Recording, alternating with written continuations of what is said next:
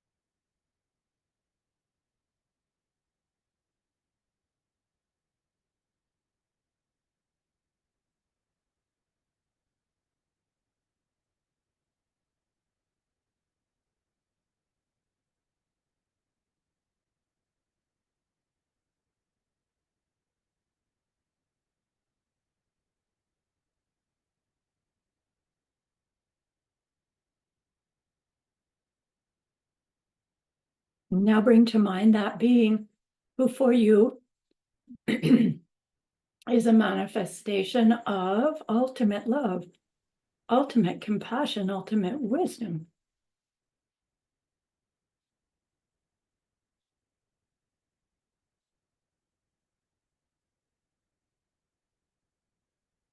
See them there with you, gazing at you with their unconditional love for you, smiling at you with their holy great compassion.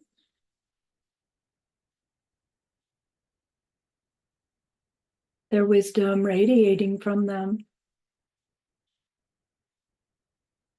That beautiful golden glow encompassing you in its light.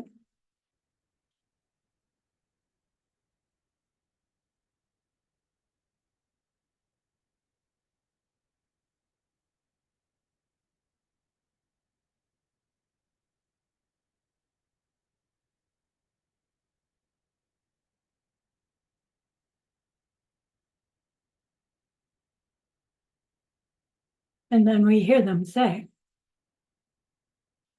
bring to mind someone you know who's hurting in some way.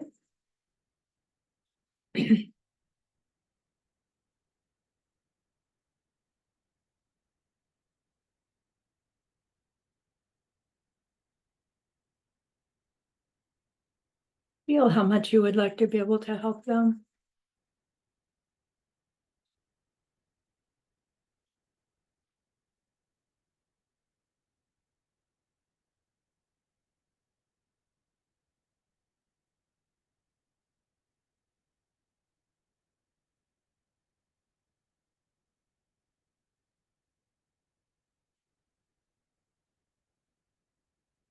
Recognize how the worldly ways we tried fall short.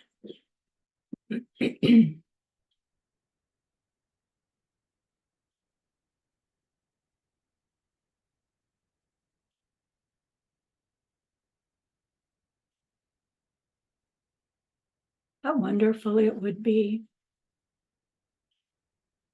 if we could also help them in some deep and ultimate way. a way through which they would go on to stop their distress forever.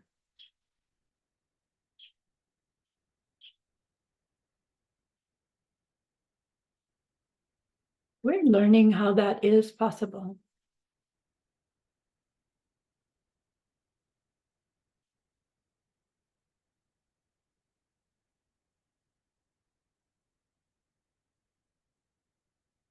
And so I invite you to grow that wish into a longing.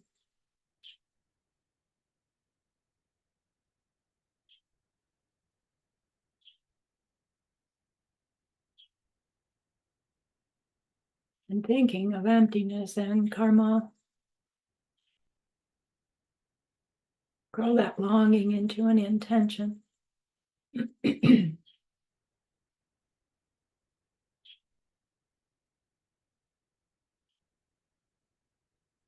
And maybe even into a determination.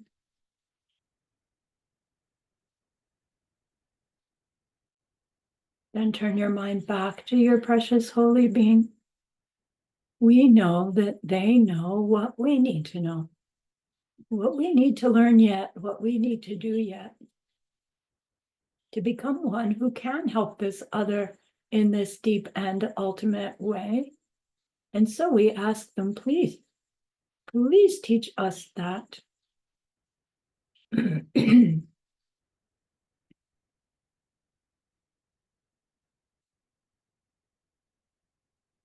And they are so happy that we've asked. Of course, they agree. Our gratitude arises. We want to offer them something exquisite. And so we think of the perfect world they are teaching us how to create. We imagine we can hold it in our hands and we offer it to them, following it with our promise to practice what they teach us, using our refuge prayer. Here is the great earth, filled with fragrant incense and covered with a blanket of flowers. The great mountain, 4 lands, wearing the jewel of the sun and the moon. In my mind, I make them the paradise of a Buddha and offer it all to you. By this deed, may every living being experience the pure world. Idam Guru Ratna Mandala Kaunirya Tayami. I go for refuge until I am enlightened to the Buddha, the Dharma, and the highest community. Through the merit that I do in sharing this class and the rest, in this investigation and the rest, may we reach Buddhahood for the sake of every living being. I go for refuge until I am enlightened to the Buddha, the Dharma, and the highest community. Through the merit that we do in this investigation and the rest, may we reach Buddhahood for the sake of every living being. I go for refuge until I am enlightened to the Buddha, the Dharma, and the highest community. Through the merit that we do in this investigation and the rest, may all beings reach their total awakening for the benefit of every other.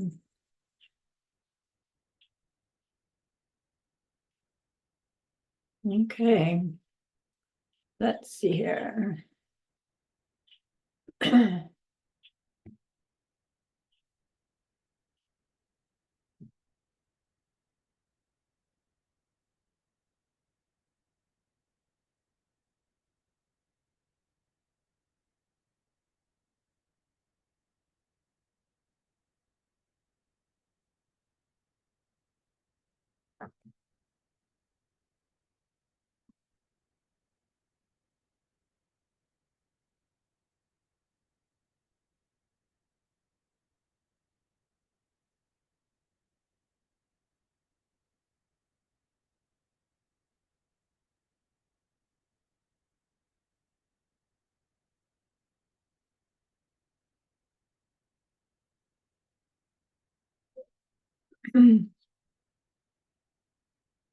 All right, let's do our opening.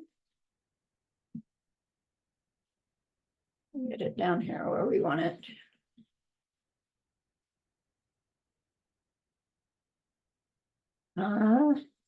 There's Elsie at the top of my screen again. You must know this by heart by now. Would you start at the opening, please? Thank you, Summer. Here I have for you, here I have made a song for you on the very root of the middle way, which I call wisdom. In the language of India, this sect is called Prashna Nama Mula Madhyamaka Karika. In the language of Tibet, it is known as Uma Sewe Shiklo Japa Shara.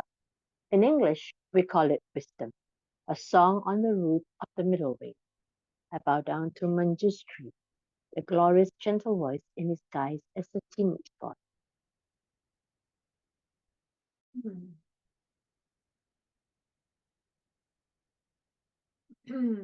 Janet, 1.1, please. I bow down to the highest of teachers, to the fully enlightened one, who teaches us to reach that peace where our fantasies about how things exist are put to a final rest. Gongli, 1.2. Thank you. 1.2, I bow to the one who taught us that things happen in dependence. Nothing ends and nothing begins. Nothing stops, but nothing ever lasts forever. Nothing comes and nothing goes. No two things are different, nor are any two the same.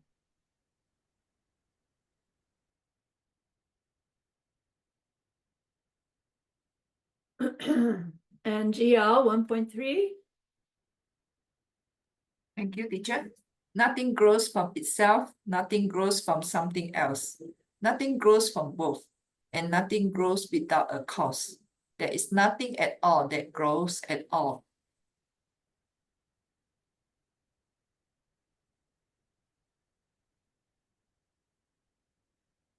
Is that getting more familiar? Yes. Yeah.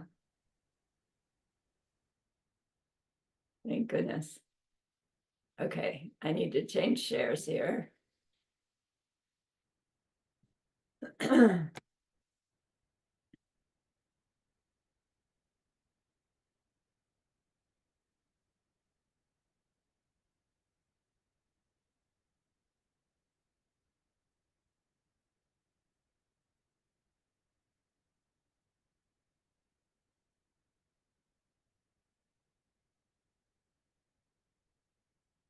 Make this bigger.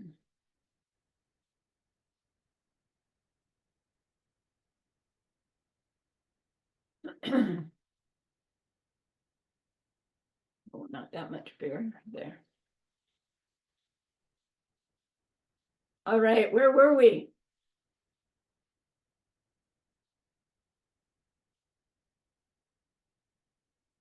Chapter 13, an analysis of things that produce other things.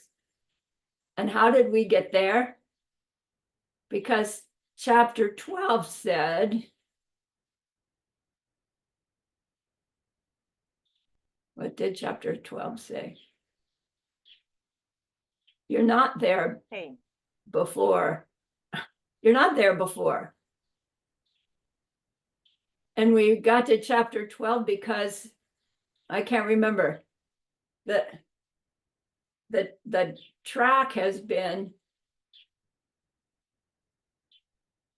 every time at the end of a chapter, Arya Nagarjuna shows us that our premise at the beginning of the chapter could not be correct and be consistent with actual experience.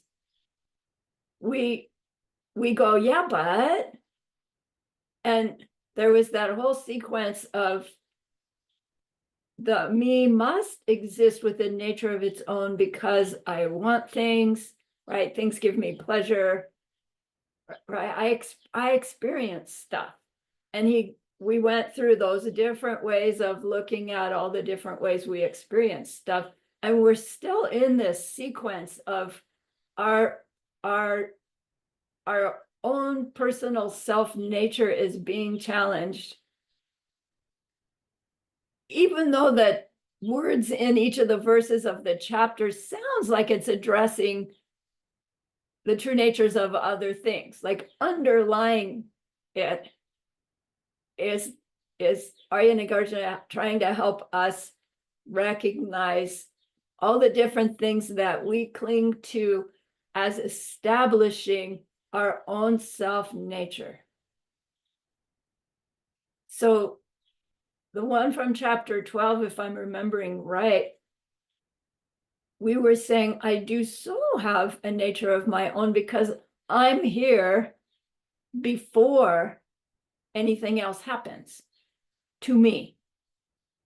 And he goes, yeah, really? Well, let's look at that birth, aging, illness, death. And I'm feeling it so strongly. It's like, I have to be a me here to be born into this life. I have to be a me here to die from this life, right? Come on, Arya Nagarjuna. And he's going, come on, Sarani.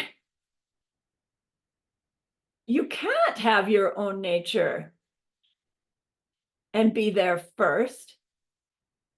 And the two main methods he used is because if you are a thing with your own nature, and there is an other thing with its own nature, like we believe, try to find where those two things with their own natures can actually have contact, right? And it's like, keep splitting it. You can't ever actually find it. And if that's not enough, do it in the terms of time. Where in time do those two actually come together in order for one to influence the other in any way? And intellectually we go, okay, so something else must be going on. But then when we really check in, my but kicks right back up again. It's like, okay, I get it. The way I'm thinking of me can't be there before the next thing happens to me, because by the time that next thing happens to me, I've changed a little bit. I get that. But still, there's a me that's doing the changing a little bit. Do you see how absurd it is? But if I check in, it's like, man, I still have that gut reaction.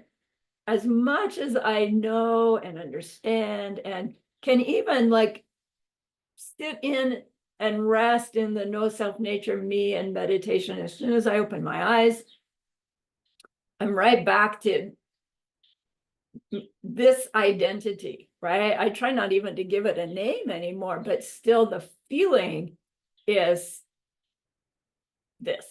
This is here with some nature of its own. None of us think that we exist self-existently, independent of any other factor. But Arya Nagarjuna is helping us reach that deep aha that I can't exist independent of the moment of projected reality that's happening now. Independent of my projections is the words we're using. But just the fact that I say my projections reinforces the mistake. But if I just say independent of projections, that's too broad. Although it's really more accurate, because technically, I am also what you are projecting. If I were omniscient, I would be aware of the me that you are projecting at the same time I'm aware of the me that I'm projecting. So it would be more accurate to say, my true nature is nothing but projections and the projections that are happening right now. if I got it, really, I'd go, yeah, like, yeah. And instead of going, what? Eh. So again, our Nagarjuna is in this text is pointing out our own critique that maybe we weren't even aware enough that we had at the end of chapter 12. So he does it for us. So chapter 13 was, yeah, but like we're scrambling for some other reason that I have to have my own nature. I do so exist with my own nature because I do stuff. And so chapter 13 is about things that produce.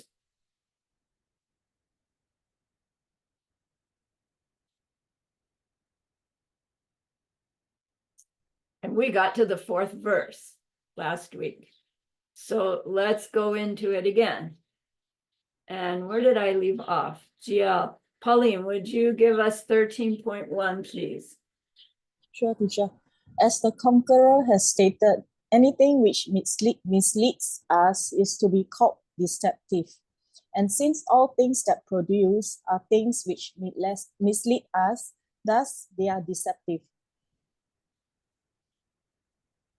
So we've just said, I do so have my own nature because I do things, I produce things. And he says, yeah, but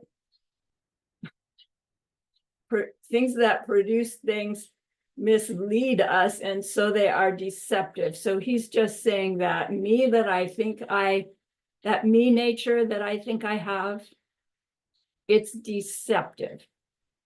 How do you feel when you get told, GL, your personal identity is deceptive? It's like, what? Unbelievable.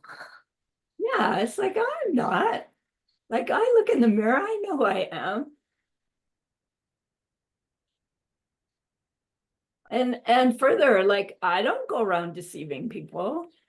I try to be genuine, you know? All right, let's go on.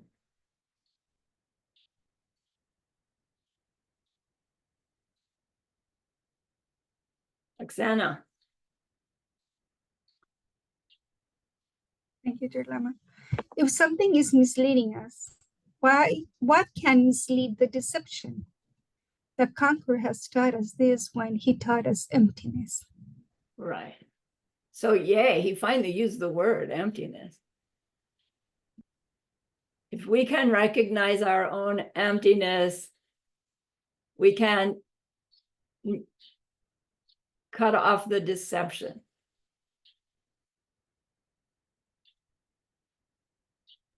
But in what mode would we have to be on to cut it? I mean, Right. it's slippery. Right, very slippery. And there's like this, I don't know what you call it, a sliding scale, right? Here's the intellectual understanding, and here's the visceral understanding, right? And we're sliding back and forth. Okay, that's verse 2. Verse 3.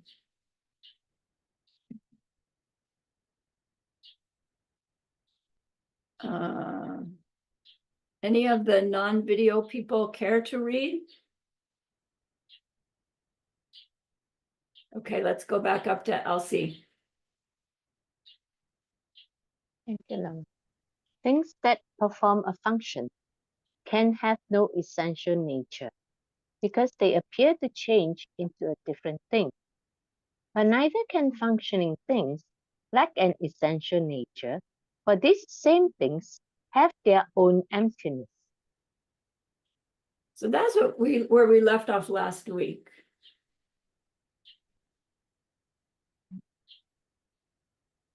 Things that perform a function can have no essential nature, meaning no identity in them from them. Why do I say that? Because they change into a different thing. Would it be accurate for him to say because they change into a different thing? Technically, no, right? Which is why he says they appear to change into a different thing, so that Arya Nagarjuna can really be accurate to what he means. But the key thing here is a thing that has its own nature that then itself changes. That's inconsistent.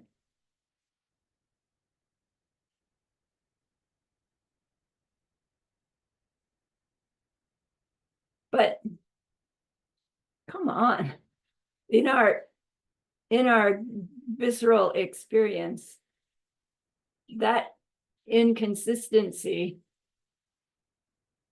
it's just not obvious.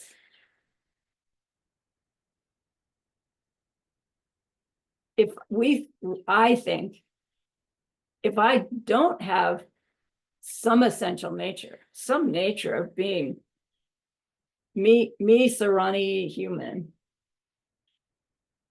then how can I do anything? Like, if I have no nature, I would just be this nebulous blob, like water with no container. Wouldn't I? I couldn't function. I have to have an identity from which everything else pours forth. Like deep down, I understand these things, but deep down it's like, wait, no.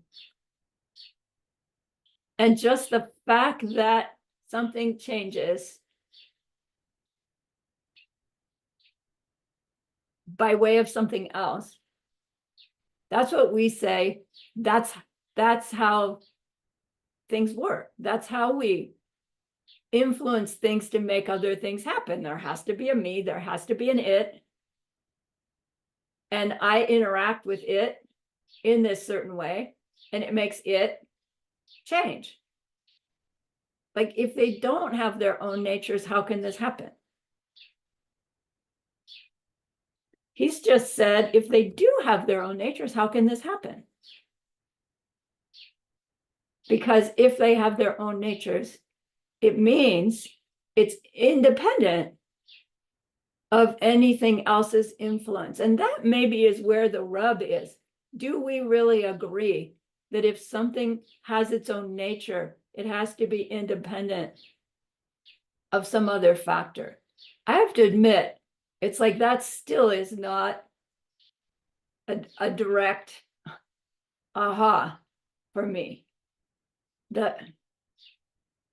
Why does something being influenced by something else prove that it can't have its own nature? Why does having its own nature mean it's independent of any other factor? I know it's not independent of any other factor. What I don't know is that it's independent of the way I'm perceiving it. That's what we're trying to get at.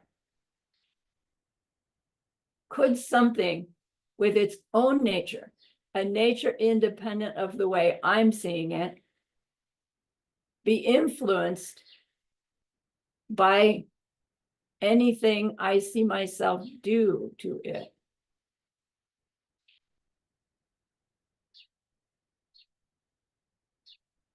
How could I know? If its identity is independent of the way I see it, how can I even see that identity? And if I can't see its own identity, how can I see its own identity change? Or does the thing have its own identity and it doesn't change? I just see it change. Well, if that's true, it's not changing just the way I see it change is changing. And oh my gosh, now it's coming from me. Lama, but isn't that deceptive reality what you're talking about? Exactly. But if I don't know I'm deceived, is it deceptive reality? Teacher, Yes, Kongli. sorry. Okay, just for, I mean, my, okay, the first paragraph, things that perform can have no essential nature, which means that the first one, they don't have essential nature. But the second one, but neither can functioning things lack, which means they still have essential nature because the same thing have own emptiness, which means that one is they have the second one they have essential nature, but the first one they don't have because they appear to change into different, like water, they can be an ice cube, so it change. And then the second one, because they have their own emptiness, so they still have their essential nature. So I think this one, the two, I don't know, whether I just saying that, see whether it makes sense. One is they have essential nature, the other one is they don't have. So and then from here later, I don't know, my guessing, I don't, does it make sense? Because Yeah. uh, He's using essential nature uh, in two different meanings. So the first one is the essential nature that we think they have, which is their identity in them, which they cannot have. It's the one that deceives us. It's the one that first paragraph, right. right? And the And the second one one is the correct one, right? the correct essential is it? nature. Yeah, exactly, So because he's like saying they don't have the essential nature we think they have, but they don't have no essential nature at all.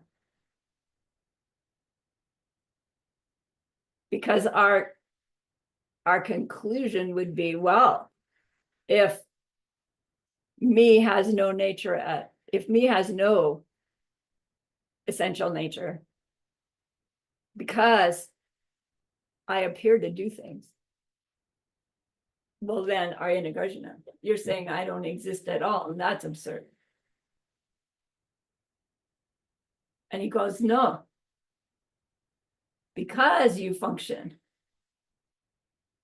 you do have an essential nature. And that essential nature is your lack of essential nature, right?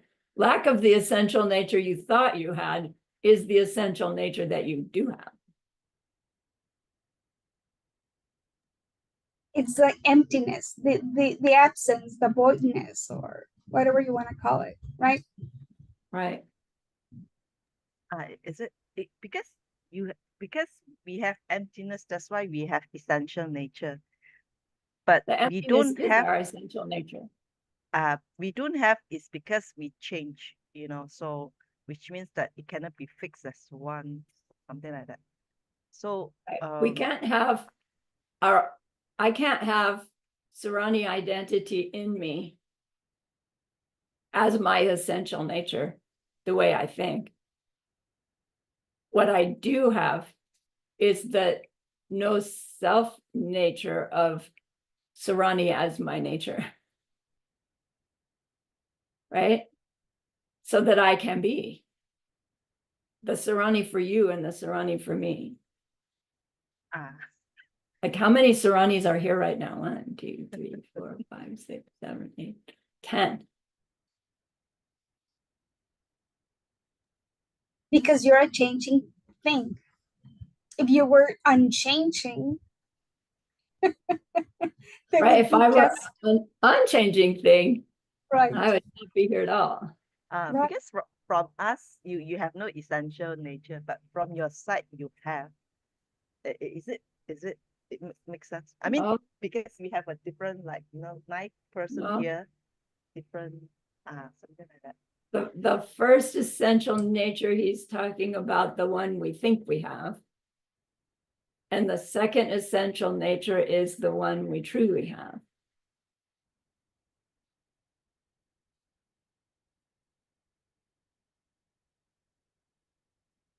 How he says the way you can show yourself that the essential nature you think you have, my identity in me, from me, unique to me, my right identity in me. One way to know that I'm mistaken about that in some way is that me seems to change.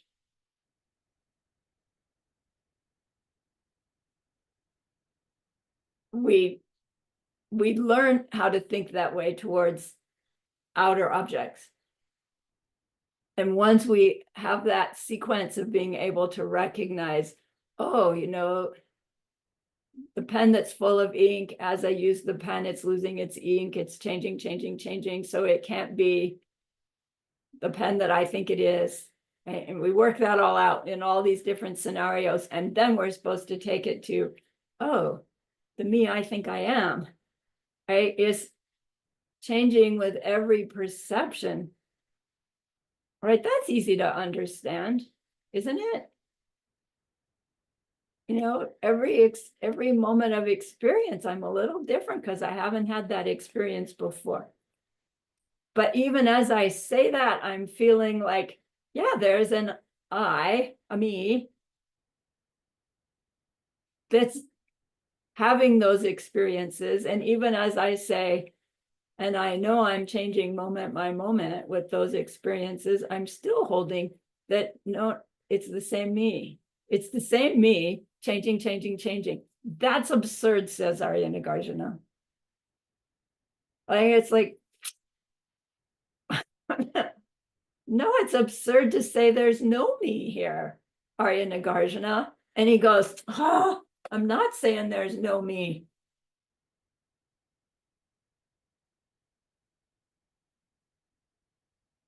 A functioning thing has to exist, has to be there in order to do something.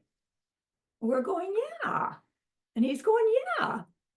Because it has no nature of its own. It can be what appears to be there, and it can be what appears to work to make something else appear to do something, right? It's all appearances. Oh, so nothing's real is our reaction. Everything's just appearances. It's all just like a movie. Who cares then? You know, kill me, love me, doesn't matter. And he goes, no, wrong conclusion. Everything matters because of your empty you and empty things. Everything matters. Can you feel the swing? Like, I feel it so strongly. Shall we go on?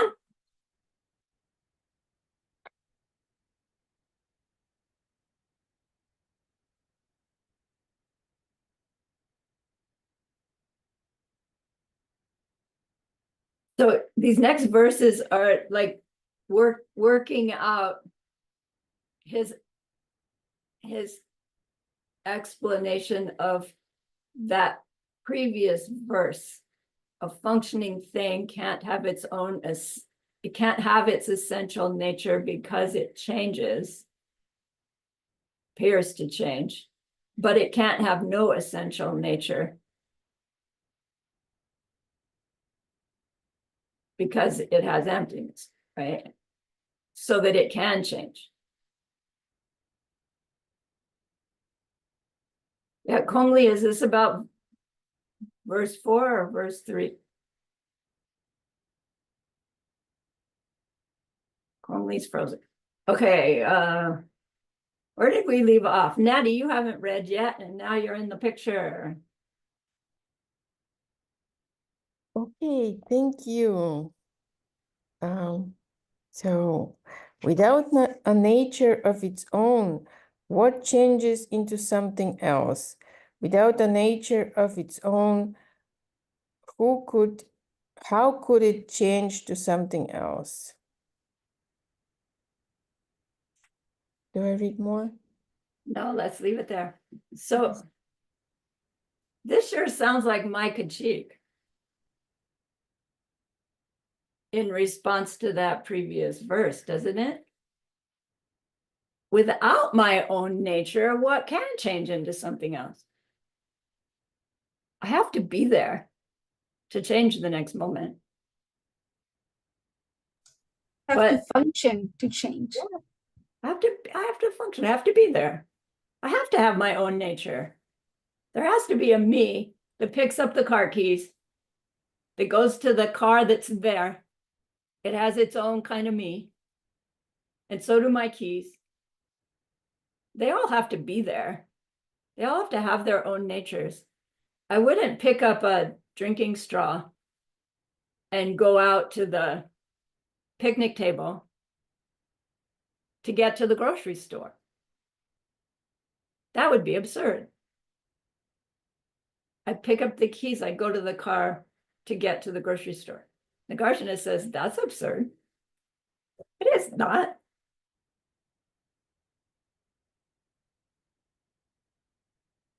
If there's no nature of its own, what can change into something else? But if it has its own nature, how can it change to something else, he says? Again, explain that to me. Why, if something has its own nature, can't it change?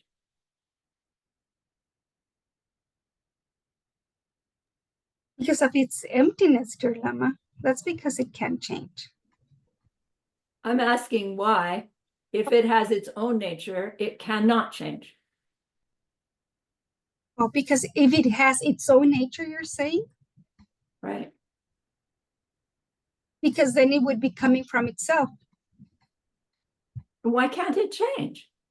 Just because it's coming from itself, why does that mean? Because it's not a functioning thing, it's an unchanging thing. It's why?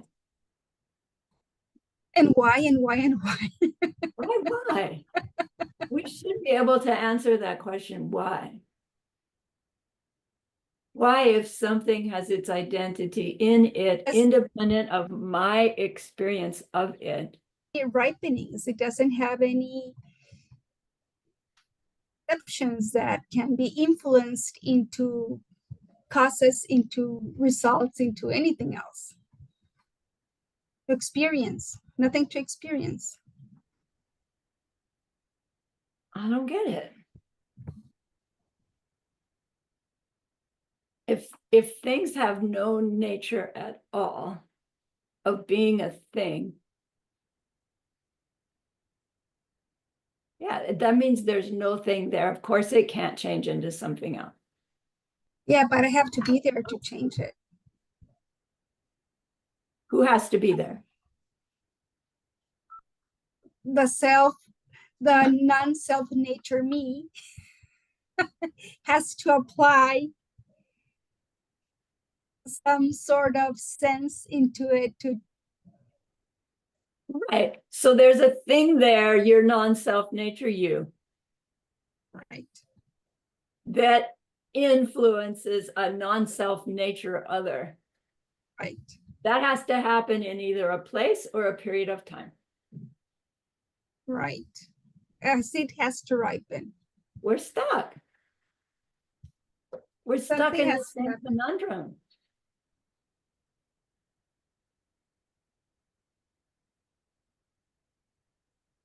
Yeah, but if we could figure out, just by the butterfly effect, all the things that are happening and how the things are happening, then we would be able to solve all the mysteries.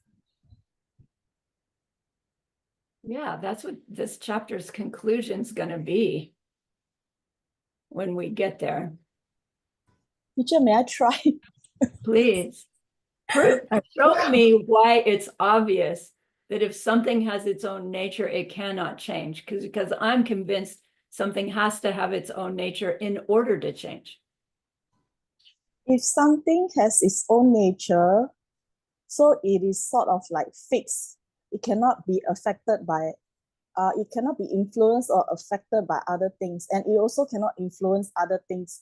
So if you have two self-nature things side by side, they cannot affect each other, then they cannot touch also. Because they are fixed. It's like fire is already fire. You don't need the firewood to start the fire. If let's say fire is self-existing fire, then fire will be fire already. And if it's firewood is self-existing, then it will be firewood. It cannot start the fire. So we also cannot pinpoint when we have a fire, when does the firewood and the fire meet? If you are thinking that firewood and fire, they are they have some self nature, right? We cannot pinpoint the time, the point where the firewood started the fire. That's what I think. Because the firewood doesn't affect the fire is already fire. And if firewood has some self nature, that it will forever fix to be a firewood. And we cannot determine when does the firewood and the fire come into touch to create a fire. Can I say it this way? Yeah, you can say it that way. I can't. Or I can. Yeah. Because if it has some self-nature in itself, then it can never touch. It will never affect each other. It will be fixed. Firewood will be firewood, fire will be fire. And being fire, you don't need the firewood to start the fire. And being firewood, if it has some self-nature, then we cannot pinpoint at what point it starts from the firewood to become the fire. Right. Well, then why can't water and cement that can't touch each other either suddenly be wood on fire that can't touch either?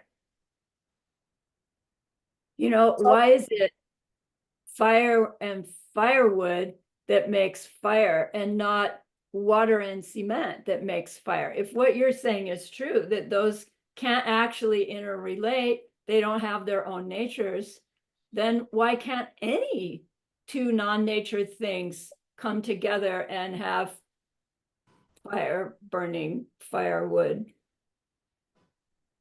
They have to have some nature. Because we don't have the seed to see cement starting a fire. If we have the seed, I presume if I'm the Buddha, I can make the cement start a fire. Yeah.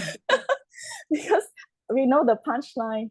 So we cannot see if we are looking at, because we are seeing things self-existently as what we understand what a cement function is. We are seeing the thing self-existently. So we cannot view it that way. So you're saying that the natures that anything has is my seeds. The experience of seeds ripening. Is that what you're saying? Yes. It's not in the thing. If we think that it's in the thing, like in the cement or in the firewood, then it will be self-existent. That the thing has some self-nature, but it's not so we cannot view it that way. But if we have the seed, it's all projection. If I'm the Buddha, I can make the cement start a fire. Because everything is from projection. There's no self-nature in the fire or the cement to start the fire. Firewood to start the fire. And if it did have its own nature, it would either always be burning or never burn. Yes. Yes.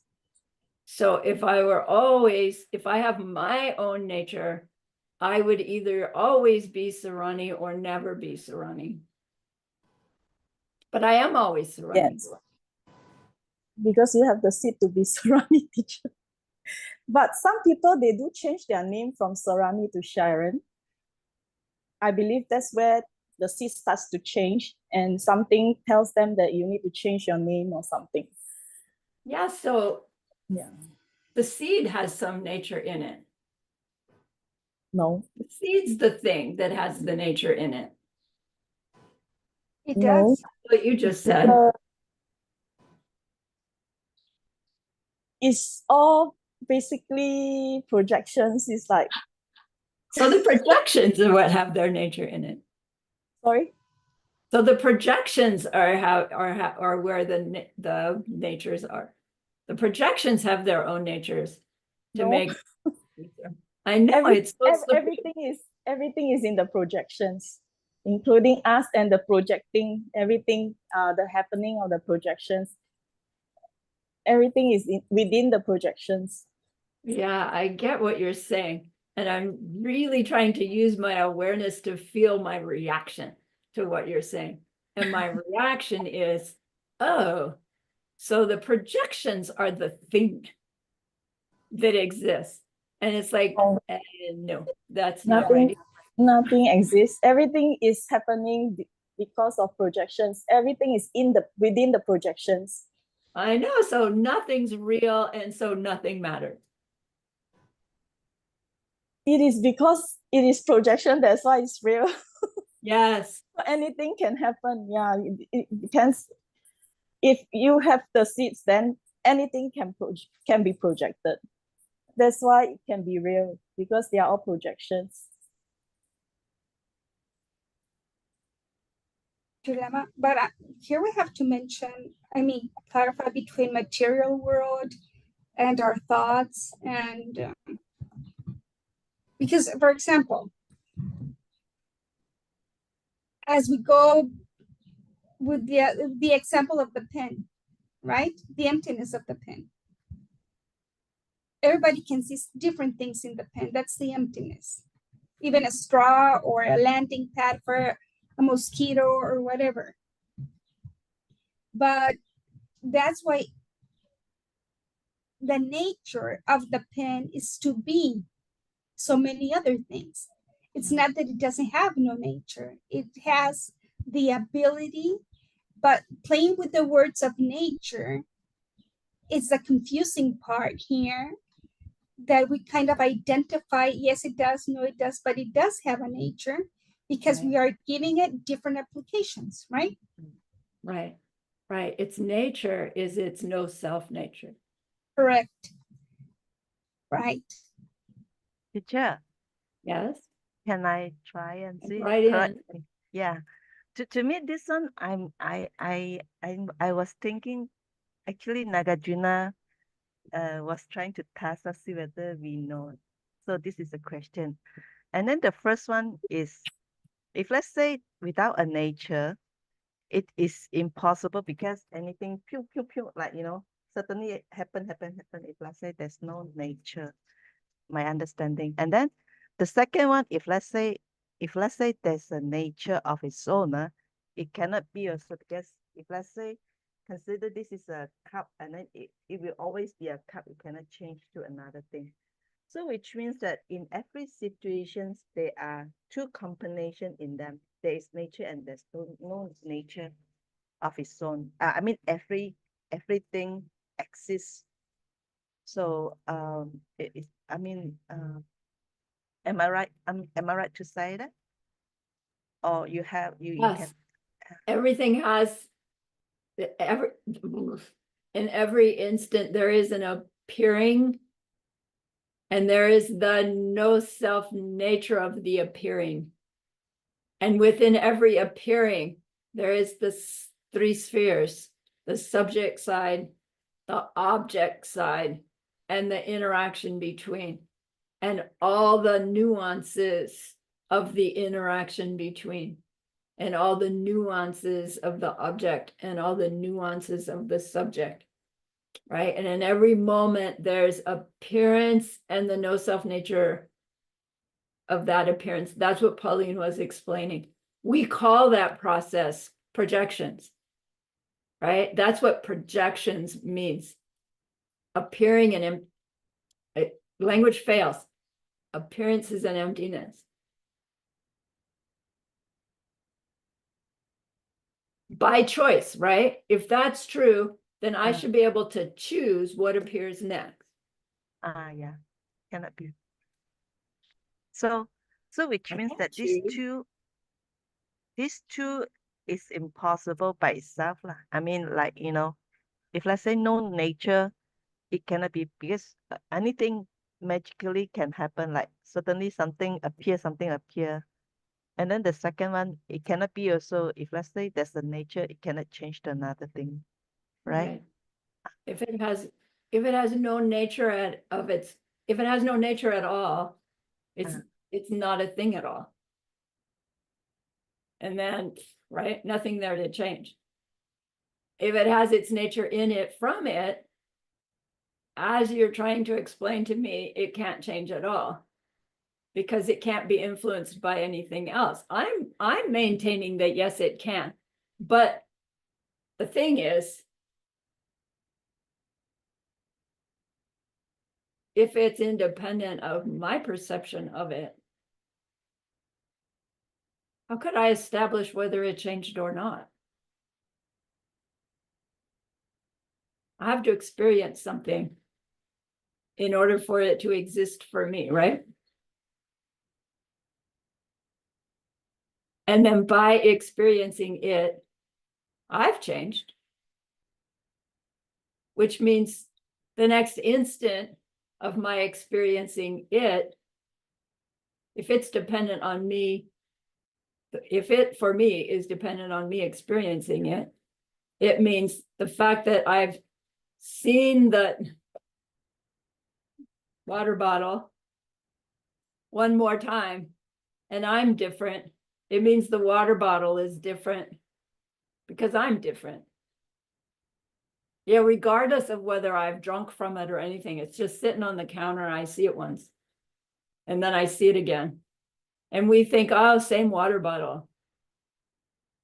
But technically, I'm different, it's different because I've seen it one more time than I did before. And one more time than I did before. If it has its own nature, that could not be the case. And we're trying to get that to be more obvious. But in experience, it's not obvious. It's the same water bottle. I've had it for a long time. But it's never been the same water bottle. It's never been the water bottle I thought it was at all. It's always been the water bottle that's my experience in the moment. So is it water bottle in it if the one I experience depends on my experience of it? No. Does it mean there's no water bottle here at all? No. Does it mean I can look at this water bottle and change it into my car taking me to the grocery store? Not by choice, but can you get a glimpse of like all existing things and the emptiness of all existing things, including the me as an existing thing and my emptiness of my all existing things, that really just everything is just this shape shifting of the nebulous all existing things and the emptiness, and there really aren't cars and water bottles in me, so there can be cars and water bottles in me. Glimpse gone, glimpse gone. Let's take our break and we'll go on. This was verse 4, I think.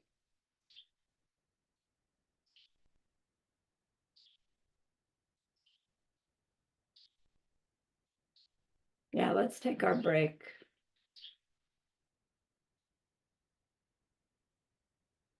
I'm just going to let the recording go for the break.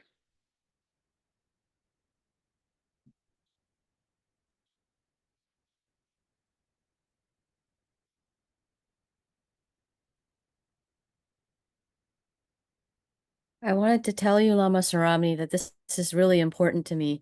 I went to the teachings and it's mostly like for Nagarjuna, the Precious Garland, and it's mostly because it's chapter 1, the first 100 verses, it's mostly going to refuge and bodhicitta, the wish for enlightenment. So he's setting it up for us. And Geisha Michael set it up for us, so it's great.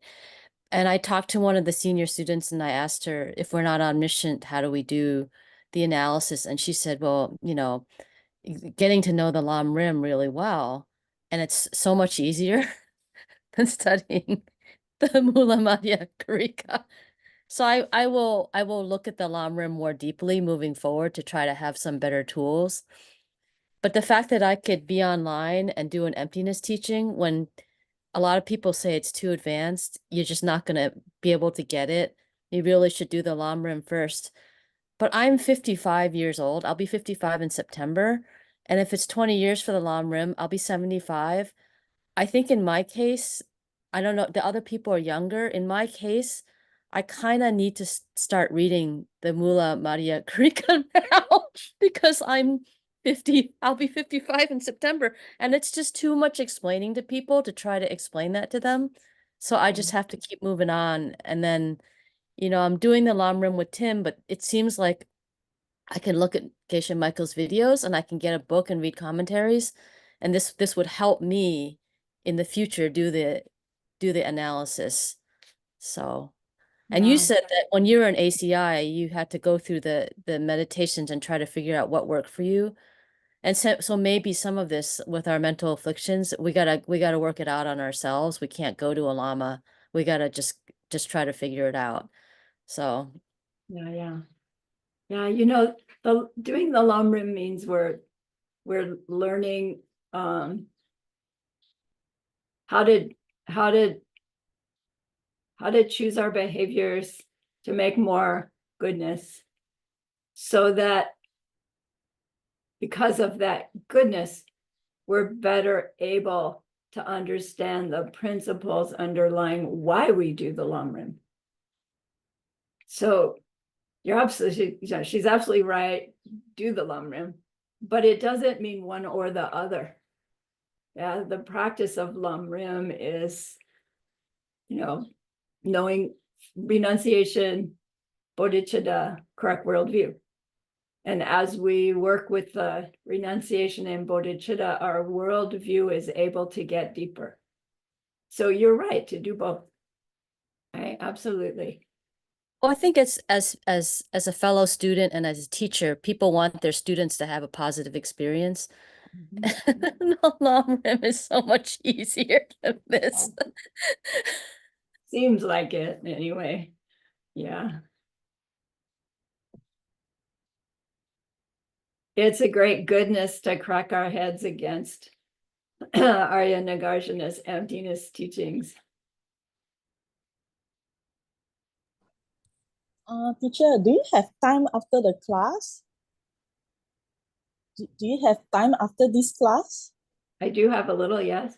Oh, okay, maybe we can stay on after class, then we can rectify the problem Yes. Yeah. regarding your bank account. Okay, thanks. Yeah.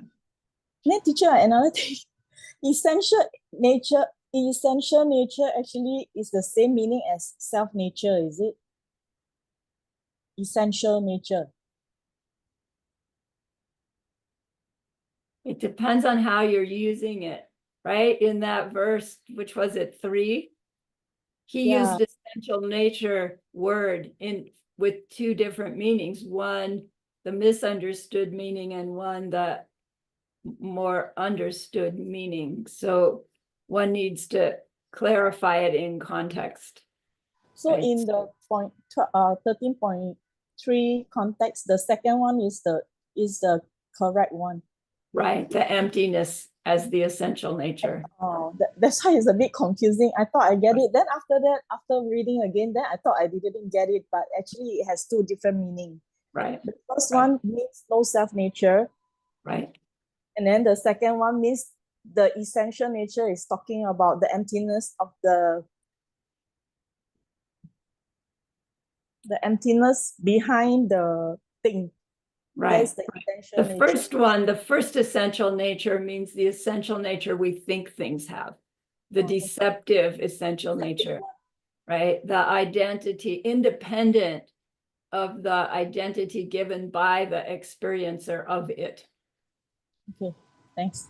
But then you got to say what it. Yeah, right. Now it makes sense. Okay. Good.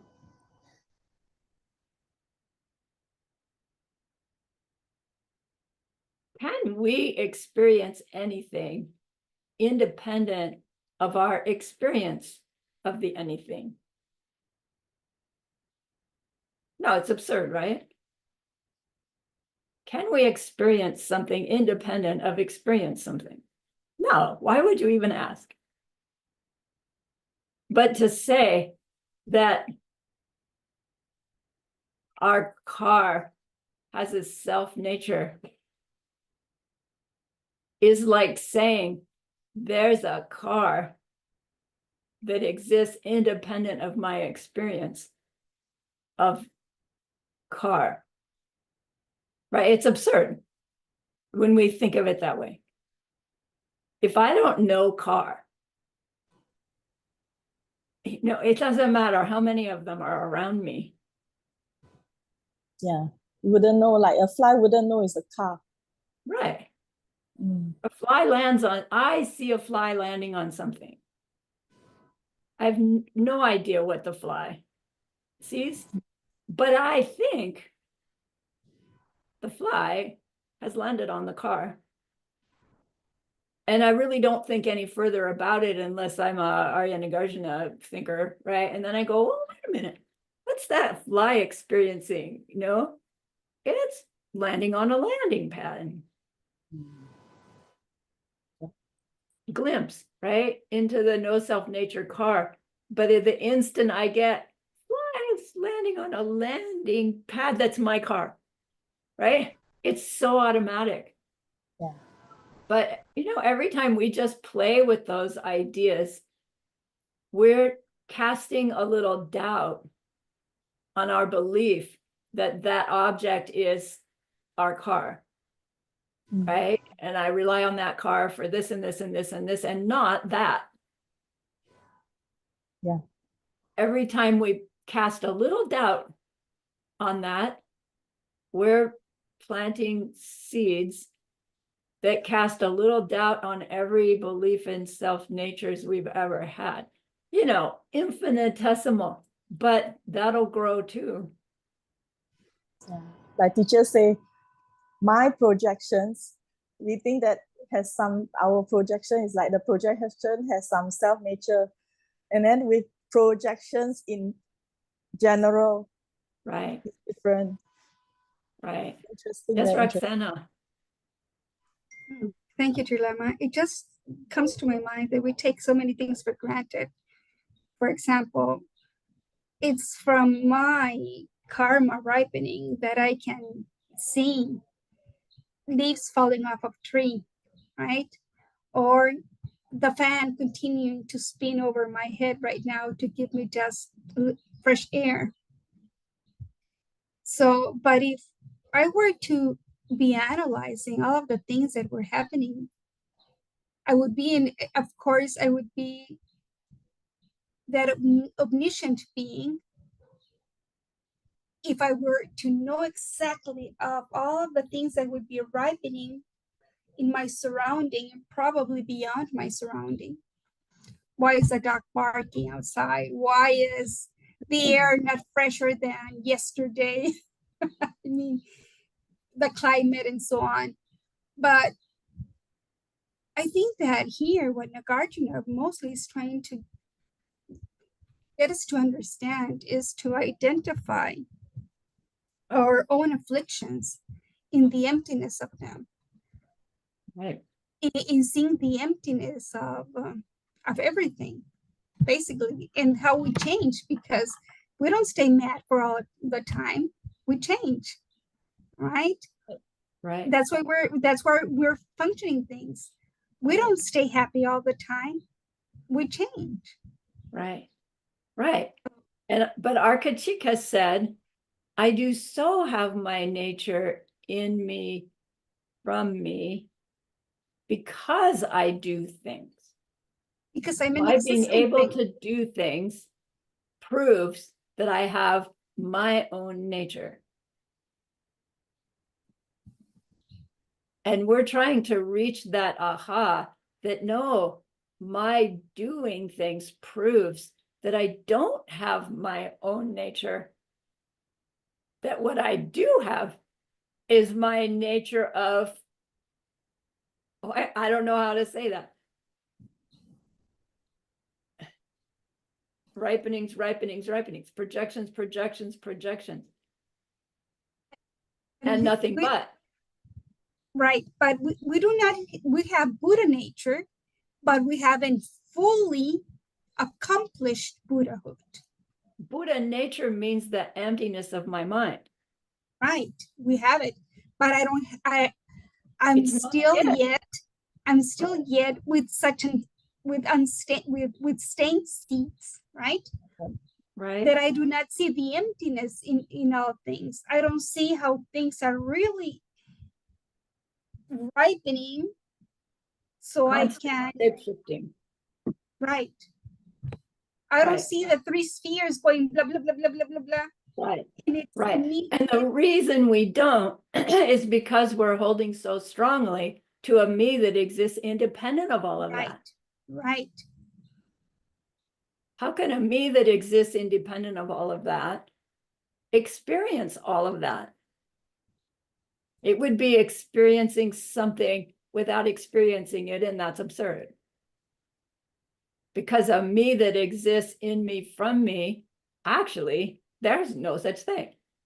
Blah, that can't be because I'm experiencing stuff all the time wrongly. But what I'm experiencing right now in my head, it's like pushing one side, trying to understand, trying to have a clear idea. So if I don't do that, I won't be able. Exactly. Exactly. I mean, it's possible that any one of us could go, sit down at the picnic table and boom, right? It is possible. Everything changes. But how do I know if it's going to be me? Right. We can wait a long time for that to happen, or we can struggle with these ideas with the intention of that happening someday, so that we could better help somebody else have it happen to them someday. Or maybe the other way around. You said about creating it to happen to other people, and who cares about this one? And then, right, it happens for everybody. So yeah, bodhicitta.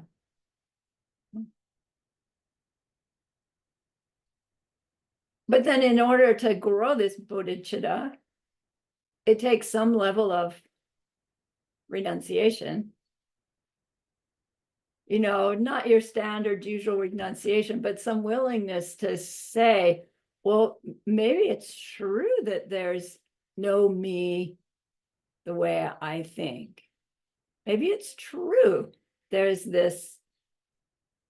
simply this process happening, and my subject side is a part of the process, and maybe it's true, right? To renunciate our me, my ignorant me, my deceptive me, that's a powerful renunciation, and it's hard. It's not something we can just intellectually decide to do,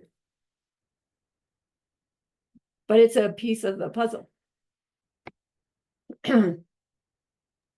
I think that would be a whole new course, Lama.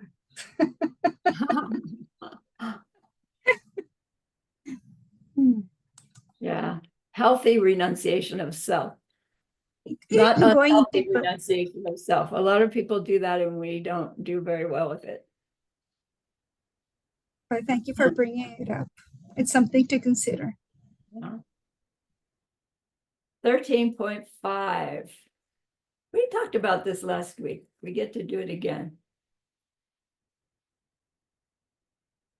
Again, he's helping us fine-tune are clinging to why we really need what are holding to a me in me, right? My identity, not self-existent, but still me. So who is up? Janet, would you share this one with us, please? A thing that really was a thing could never change into another, but neither could it be another thing.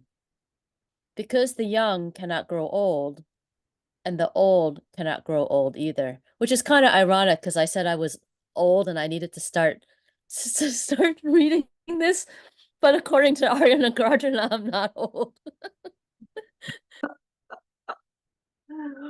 When you're Janet 95 years old, you'll look back at Janet 55 and go, yeah, wow, was I young then? Yeah, it's funny.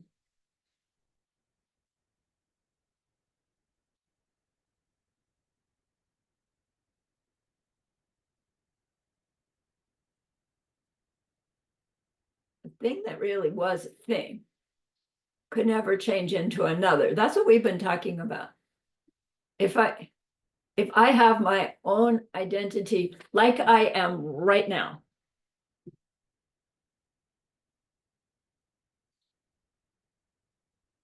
meaning an identity that's independent of my current moment experience, let's say that.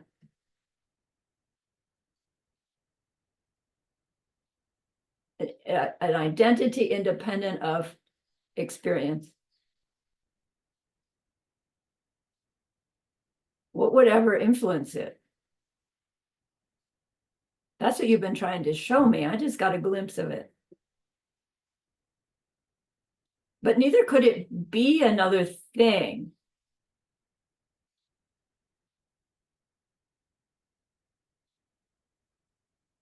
What does that mean?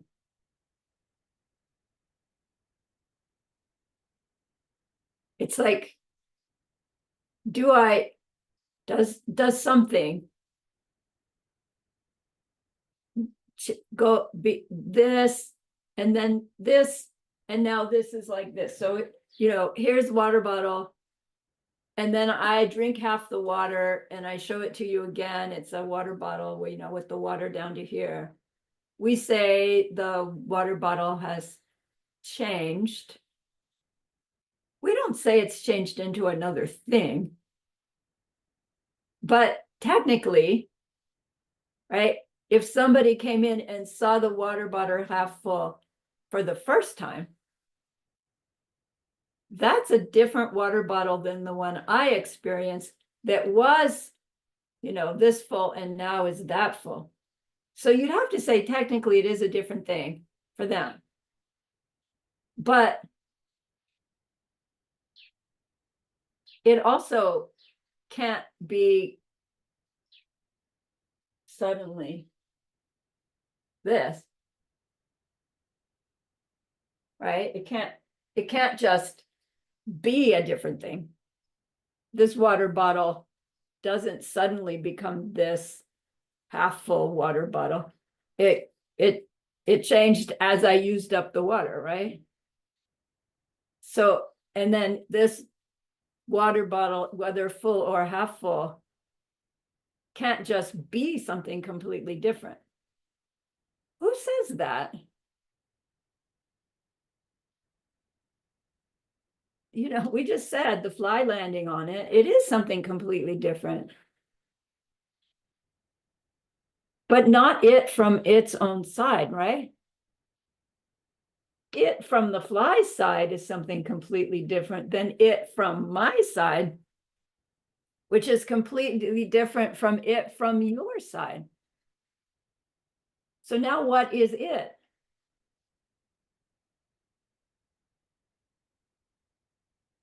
Right? What's there when you put the pen on the table and all the dogs and all the puppy dogs, all the people and all the dogs go away? Right? You don't say nothing. You don't say something. You just have to say, unexperienced, can't establish, right? So then why does he say about the young can't grow old and the old can't grow old either?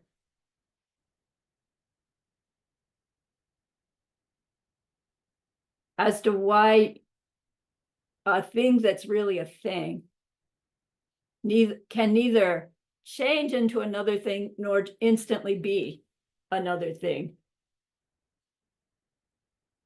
Yes, Janet.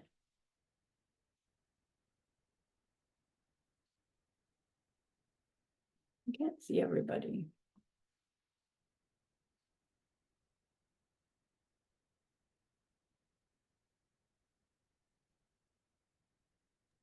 All right. I mean, I constantly joke around. I'm sorry. It's like a habit. I gotta break the habit. But No. this was this was the homework question in ACI 11. Master Shanti Deva mentions two examples of parts of the whole and give metaphors for each. Relate the examples. The second one is the mala or string of lives. So when you have a whole made of many things, the army was the first one. This is the second one. So the mala or the string of lives is many beads or many lives, and they're put together, but they never. So our strings of lives, our past lives, our future lives, and this one's, we're not the same people, but there's still a continuum. So our young self or our middle age and our old self is like that continuum too.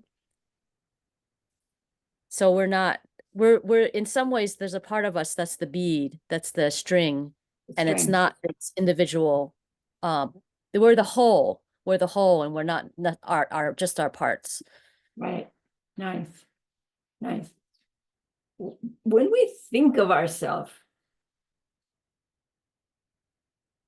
when I think back to me at 10, and then I think, me at 17, and then me at 25, fast forward to me at 70,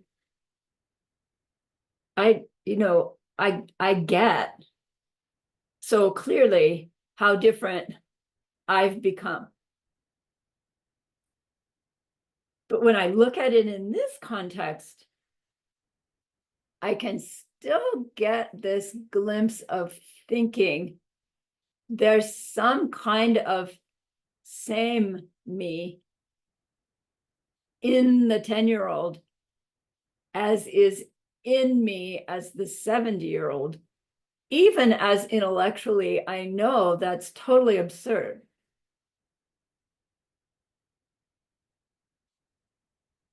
And then I can look at that and go, okay, that me that I think is the string between the beads of, Sarani of birth, 10, blah, blah, blah.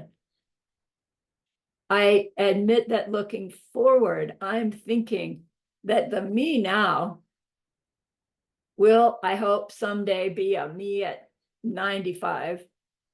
And intellectually, I know I can't really know what it's going to be like to be 95, but I'm holding that it will still be a me that's experiencing being 95. So is it true that there will be a me experiencing me at 95? Hopefully, yes, right? If I reach 95, there will be a me experiencing being 95. But is that the same me who's now me experiencing me at 70? No. So by the time I'm me at 95, I could be Bob at 95. No. Right? No me at all, not no me at all, but not the me I am holding to, not the me I think I am, as the string inside the beads of moments. But I am the string of beads. Right? A string of beads does need the string and the beads. So then that analogy is the beads are the appearances and the string is the emptiness of the me. And it takes both to have any of it. The young can't grow old because they're, meaning you're not the same you who was young that grows old. And the old don't grow old either for the same reason. Do we experience me at 10? Yes. Me at 25? Yes. Me at, yes, yes, yes, yes. But there's not a thing that really is a thing in there that's young or old. There is a thing that's there as part of the experience of any given moment. And moments go by this fast. So will the real me please stand up? What's there when nobody's perceiving, right? It's the same idea. Getting to there is no real me, but there is the me of this moment, this moment, this moment, this moment, this moment, this moment, this moment. Ever changing, never not existent, and always unique to this one, right? I don't become Janet Elsie Conley.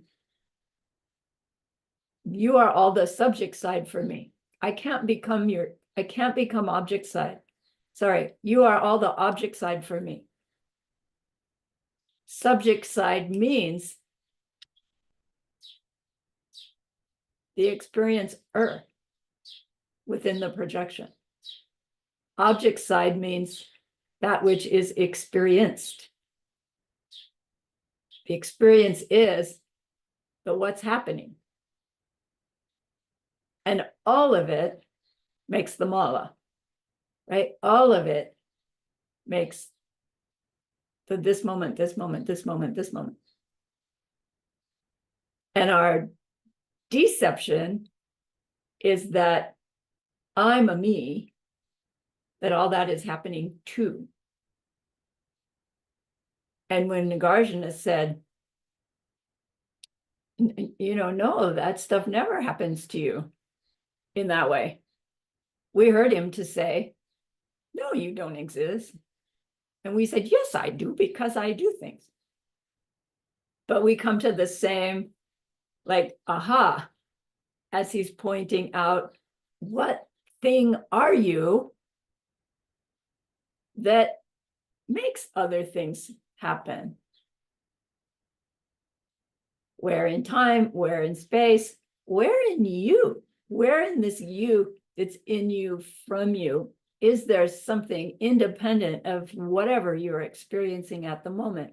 If you have a you that is you like you think, you should be able to experience a you without experiencing anything.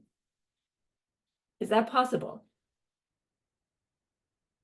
Like, even when we're trying to identify my me, and you go down in deep trying to find me, when we're doing it, there's a subject side, the one trying to do the identification, and the me we're looking for becomes the object. Well, if my me can be the subject and the object, which me is the real me, please? Right? Do you see? That real me can disappear without the me disappearing. It's what we're trying to get to. One way to get there, according to Nagarjuna, is check to see the you that you think was once young and is now old, and that will get older if we're lucky, right? And try to find the string independent of the beads. Great analogy, Janet. Thank you. You don't find no string at all. Let's go on. Let me look at my notes, make sure I covered what I wanted to cover. Subject side. Subject side, subject side. Okay, I did.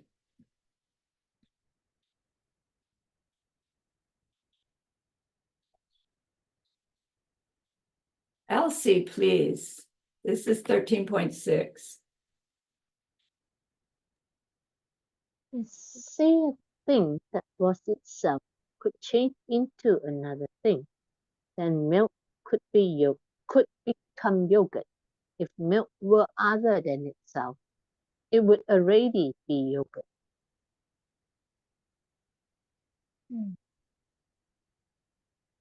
I'm thinking that, let's say, for something to change into another thing, it's not just changing that one thing.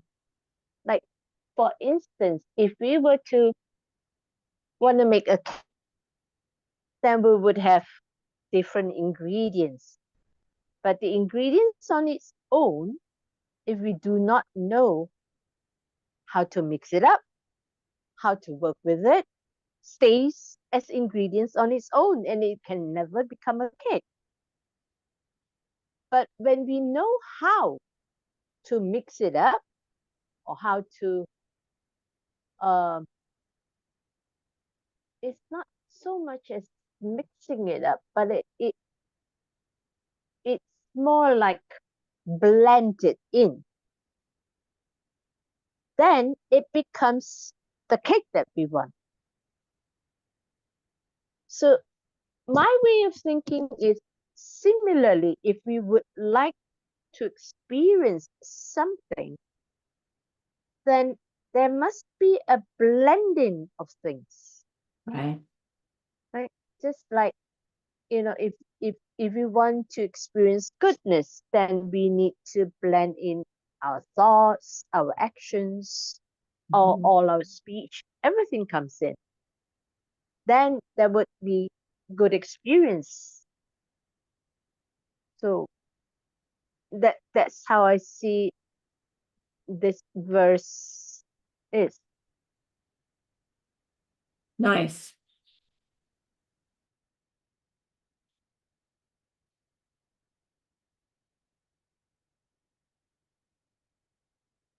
So this is me still holding to, no, I am myself and I can change. And so maybe I'm not talking about myself so much here, but I might say to Arya Nagarjuna, look, things can change into other things. Because he just said that something that is a thing in it from it can neither change it nor change into something else. That's what the previous verse just said.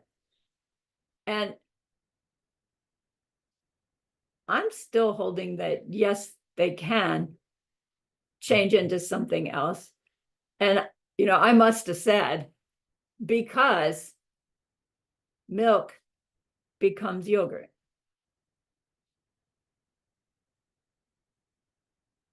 And Nagarjuna is saying, well, if milk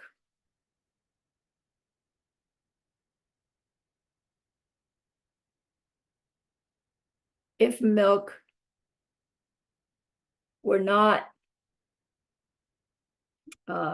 wait, if milk, wait a minute.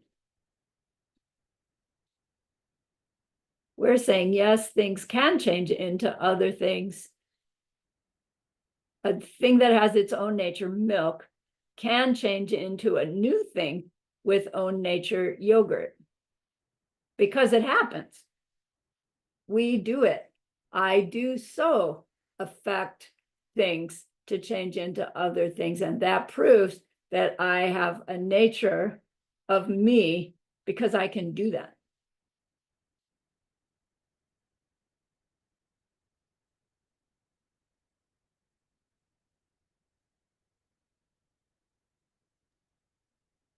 But milk on its own won't be able to change to yogurt. It is affected by the bacteria in the air. Sometimes it's the exposure to the sun or the Right. heat. Right. So there are other factors that comes in that makes it into yogurt. Right. So some other factors have to happen, and it happens over time, and then boom, you've got yogurt there. Where Yeah. you used to have milk, it wasn't the milk that just magically turned into yogurt. Stuff happened to it. And then Ayya Nagarjuna says, but if milk then, oh golly, if milk were other than itself, it would already be yogurt or bread or car, or right, it would already be, if it's not milk, it would already be something else. Like the ramification of us saying milk with its own nature can suddenly be yogurt with its own nature. It's as absurd as saying milk is already yogurt. And if we say milk is already yogurt, then milk could be already anything. And it's not, it's milk. And it seems like it's reinforcing our belief that milk has to have milk in it, or it'd be something else. Because we think things have their own natures in them. Whereas when we understand the milk doesn't have its nature in it in order to be the milk we see, when we understand that, we see that, that could be anything else at any moment else, according to how I'm seeing it, but not according to how I want to see it or don't want to see it. Right? It's not by choice, it's by something else.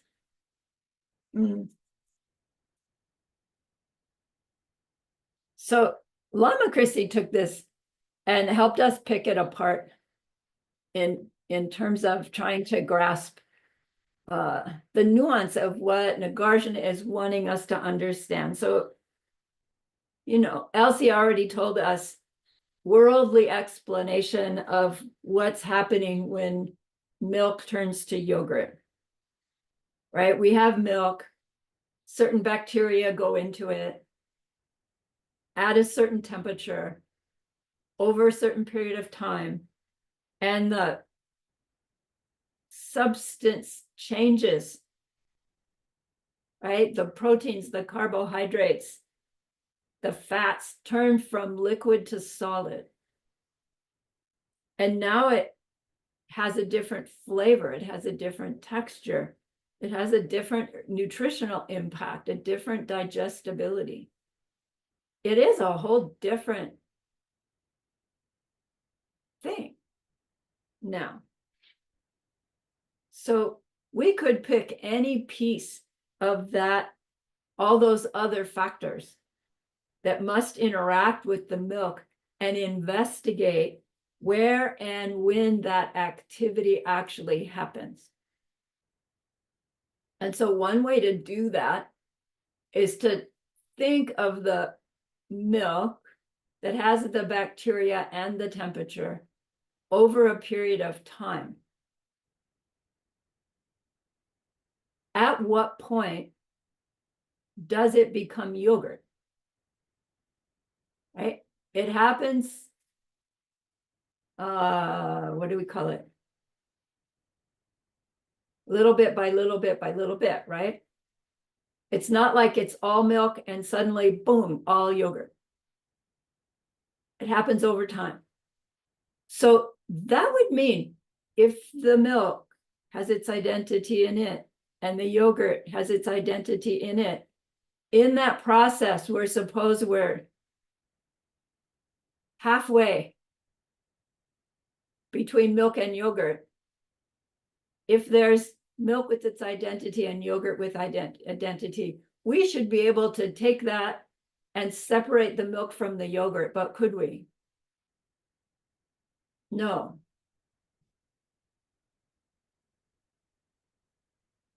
And if we can't, it means that the milk's identity and the yogurt's identity cannot be separate in the way that we're thinking they are. Which means the original milk that we started with can't have that original identity that we think it did. Because if it did, we would be able to separate out the milk until we have nothing but yogurt, and then there'd be no more milk. But then that's another way to show that, in fact, the milk can't have its own identity and become yogurt under these other factors. Because by the time you have all yogurt, the milk is all gone, right? You have no milk.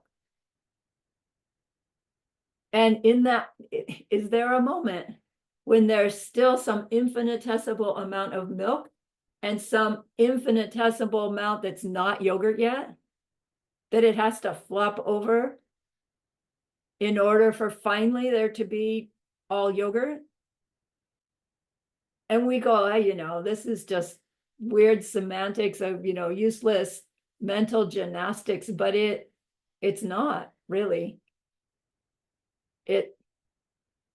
If our belief in milks being milk and yogurt being yogurt, it wouldn't matter how much bacteria or how little you put in. It wouldn't matter how much time. It wouldn't matter the temperature. You'd have milk, or you'd have yogurt, or you'd have both, or you'd have neither. Something else has to be going on beyond that milk we think is there, the bacteria we think changes milk to yogurt, the time, the temperature, all of that, that has to happen. Something else has to be going on for it to happen like that. Because actually the worldly explanation can't work. But it does work. How? In the same way Elsie's cake works. Underneath it all is these projections, shape shifting, right? We need words to explain it, but then the explanation is wrong also. What changes milk to yogurt? The experiencer's experience of milk changing to yogurt and nothing other than that. So where is the nature of that? Where is the nature of that? If it's dependent upon the experiencer, then where's the nature of all of it? In the experience, isn't it? Not in the thing, not in the experiencer, not in the thing, but in the experience of the experience. Let's put it that way, because it's not in the experience either, but it's in the happening of the experience. How's that?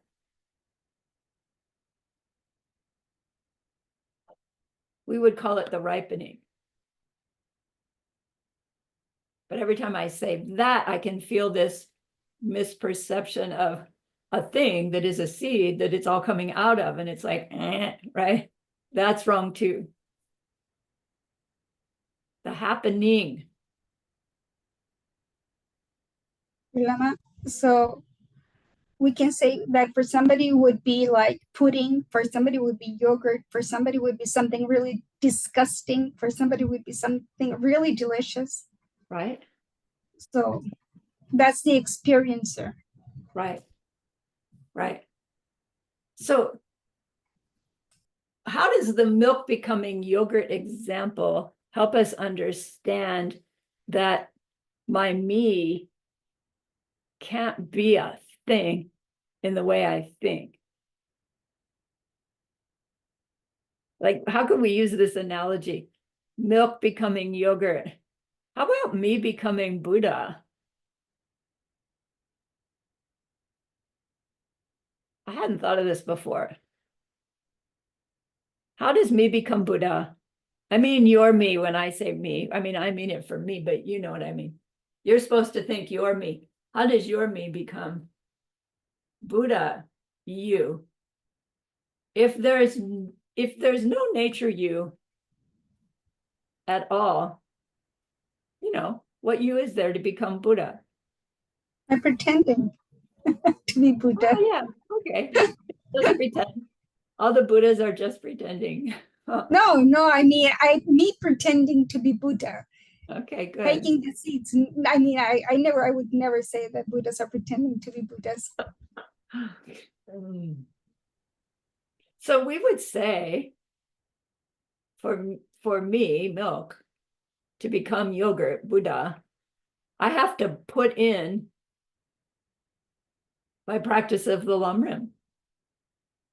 Yeah, and all that entails. Purify, make merit. Right? Purify, make merit. And so if I, the me with the identity, Sarani, suffering, Sarani, woe is me, right? Every projection, every perception misunderstood. I put in all these practices, then yogurt, then Buddhahood.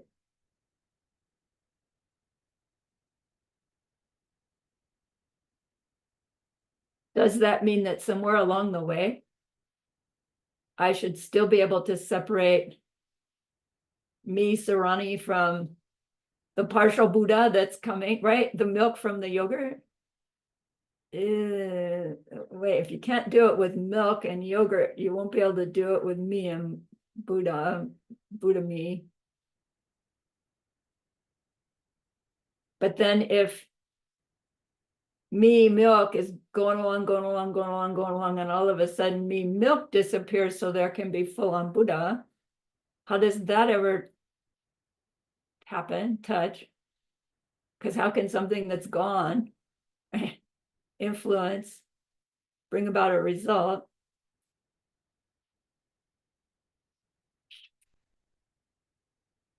How does this help?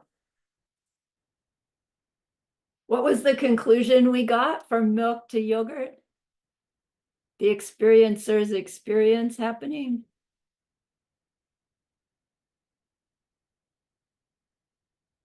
So me suffering, me experience happening with no nature of its own. So I have the nature of being a me suffering me. And me suffering, me experience things, reacts to my experiences, learns to respond to those experiences in different ways. The me with each experience is changing. My reactions are turning to wiser responses. My me is shifting. My experiences are shifting, right? Happenings. And then finally, Buddha, and it all stops. No, we're thinking of yogurt in the wrong way too. We're thinking of Buddha, me in the wrong way as well. If we get to the conclusion, oh, once I'm Buddha, I'm all done.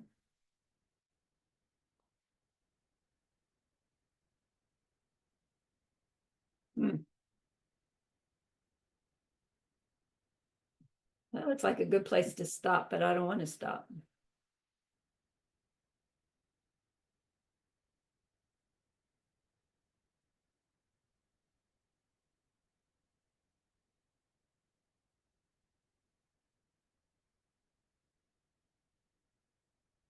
Hmm. Who's up? Gio, will you read this one, please? Yes, thank you, teacher. If there was a fraction of a thing that wasn't empty, we would have a little emptiness. If there was not a fraction of a thing that wasn't empty, how could there be emptiness?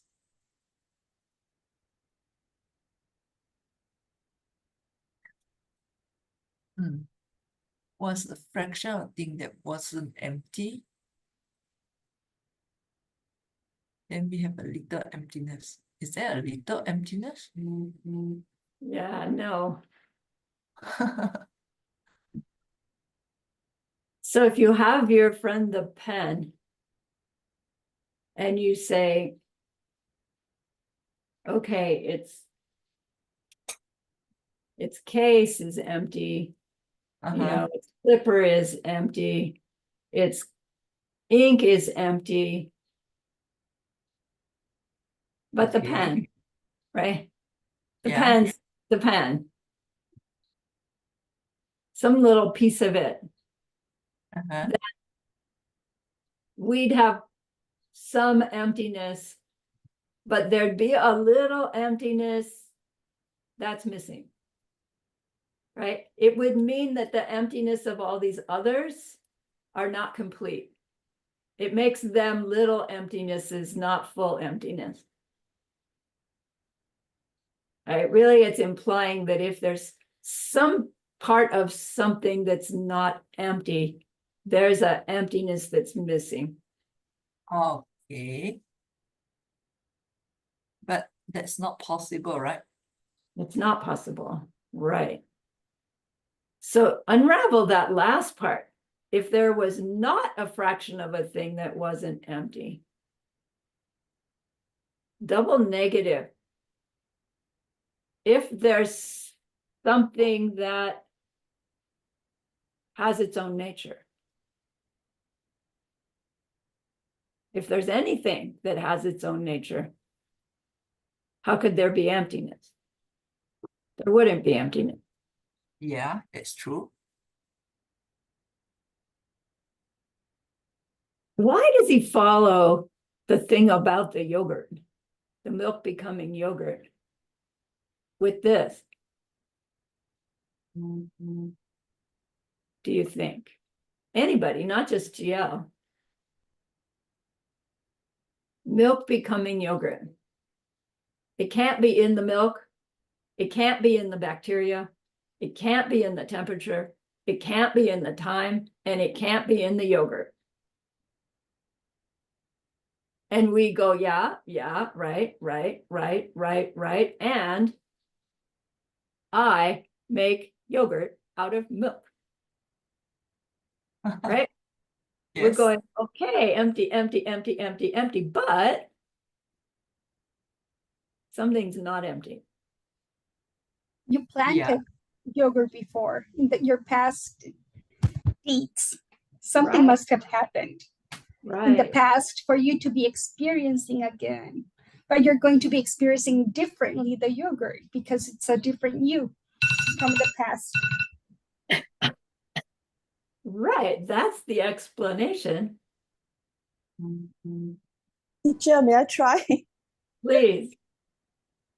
Hey, teacher, the emptiness here is an absence. When you say there is a thing, it's touching the emptiness is not the talking about any self-nature of the emptiness of the thing, but it's an absence of the thing. It's an absence. So if you view a thing like, for example, a pen is there is an emptiness behind the pen. So if the pen is there, then the emptiness of the pen has to be 100%. It's Right. either there or not there.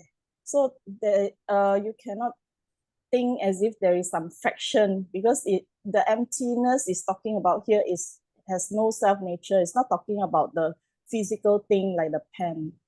It's talking about the emptiness behind the pen, the absence.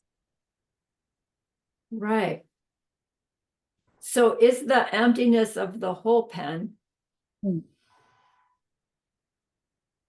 If the pen is there, there is an emptiness behind the pen. If the pen is not there, then there is no more emptiness. It's either 0% or 100% emptiness. Right. So the emptiness of the whole pen, what if we're just thinking about the clip part, right? You can hear it, you probably can't see it. Here's the little clip part. Or here, let's do this, right? The clicker. So if we're thinking about just the clicker, you're saying that has 100% emptiness too, right? Mm, The emptiness. the yeah, clicker there is an is emptiness of 100%. every single part. Yeah. Yeah, every But single part the last is part will be my 100% seat. emptiness. Yeah, the last part will be my seat to view it as the whole thing as a pen. But yeah. Right. Or your seed to be just thinking about the clicker. Because when we're thinking about the clicker, we're not holding in mind the whole pen. We're holding in mind the clicker of a pen. Mm-hmm. And now that which we are holding in mind is 100% lacking its nature in it, 100% dependent upon us thinking about clicker of pen. Now whole pen. Now me holding whole pen. Now you seeing me holding whole pen, right? It can get bigger and bigger, smaller and smaller. And at every Projections. experience, 100% no self nature of the subject side, the object side, and the experiencing. Also 100% no self nature in it from it. Yes.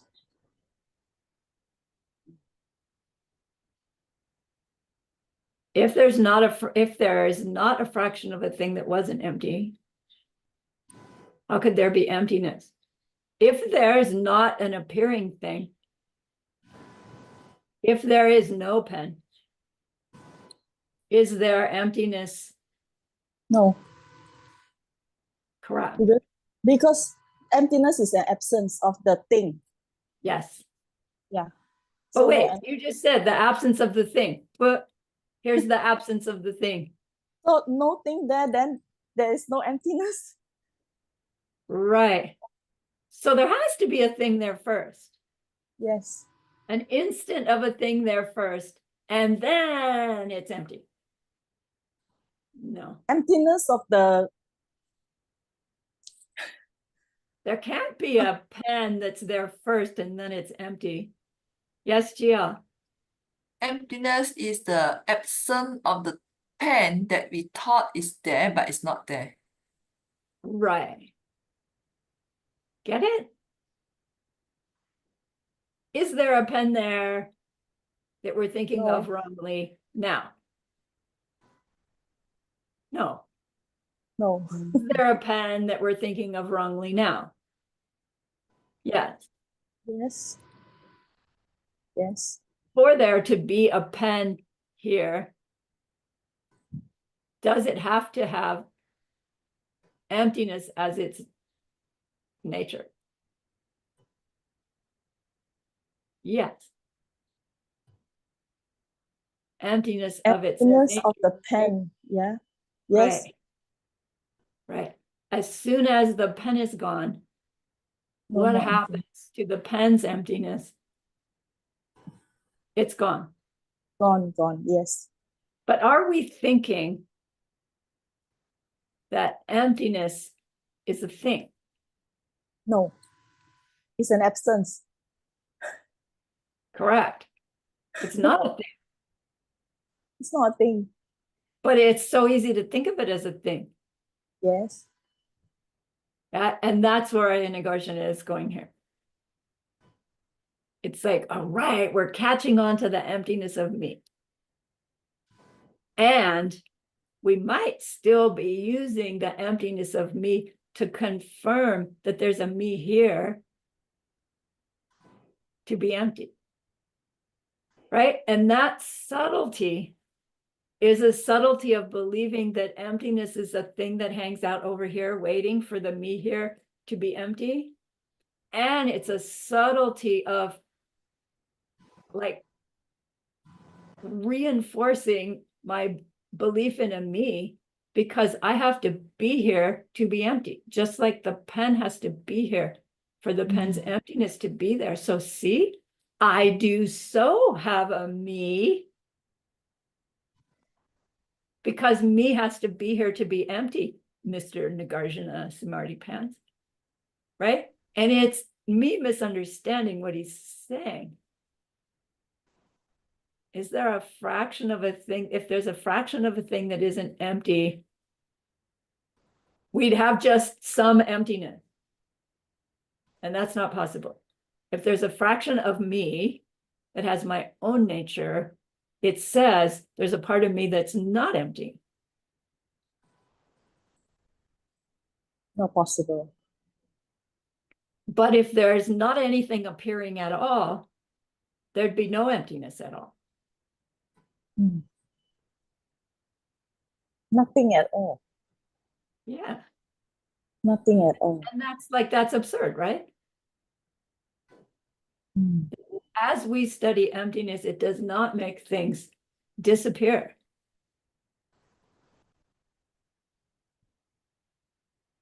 Curious. So this is a good place to stop.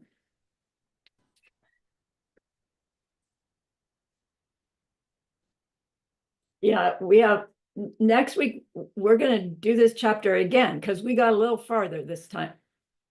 And I have a meditation for us to explore the last couple of verses. And so hopefully we won't spend as much time getting to this place at this chapter. So we'll have time for about half an hour of meditation at the end. All right, so I'll cross my fingers. You made my next week a whole lot easier because I don't have to do chapter 14 yet. Phew, thank you. But let's, pick some part of what we talked about and try to chew on it this week. Maybe your milk to yogurt, your you to Buddha, or your fraction of what you think is you that can't be empty. And see what aha you get that you can share with us next week, okay? So remember that one, what's going on here? That we wanted to be able to help.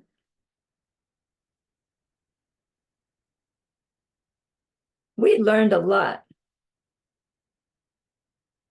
We have planted seeds that will help us help them in that deep and ultimate way someday. And that's an extraordinary goodness. So please be happy with yourself. It does not matter if you feel confused. It does not matter if you think you're not getting it. The seeds we've planted are hugely valuable. And so think of them like this beautiful gemstone that you can hold in your hands. This precious, precious thing. Be happy with it. Be happy with yourself. And think of that being who's there before you. See how happy they are with you too. Feel your gratitude to them, your reliance upon them. Ask them to please stay close, to continue to inspire you, help you. And then offer them this gemstone of goodness. See them accept it and bless it.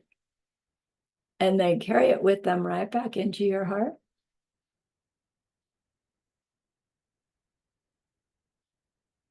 See them there, feel them there. Their love, their compassion, their wisdom.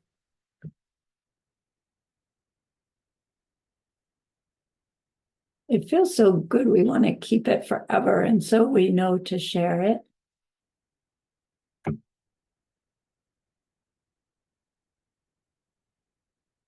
By the power of the goodness that we've just done, may all beings complete the collection of merit and wisdom, and thus gain the two ultimate bodies that merit and wisdom may.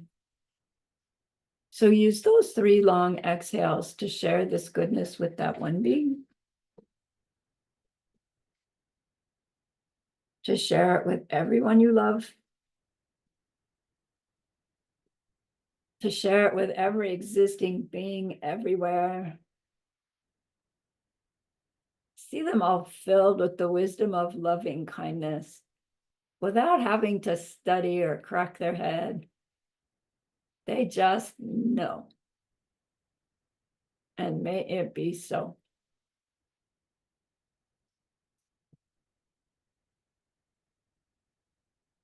All right. Thank you for everyone for playing with me.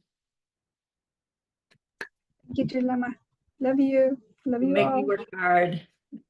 Okay. And thank you, you, teacher. teacher. Thank you very Thank you much. so much. Bye-bye. Bye-bye. Bye.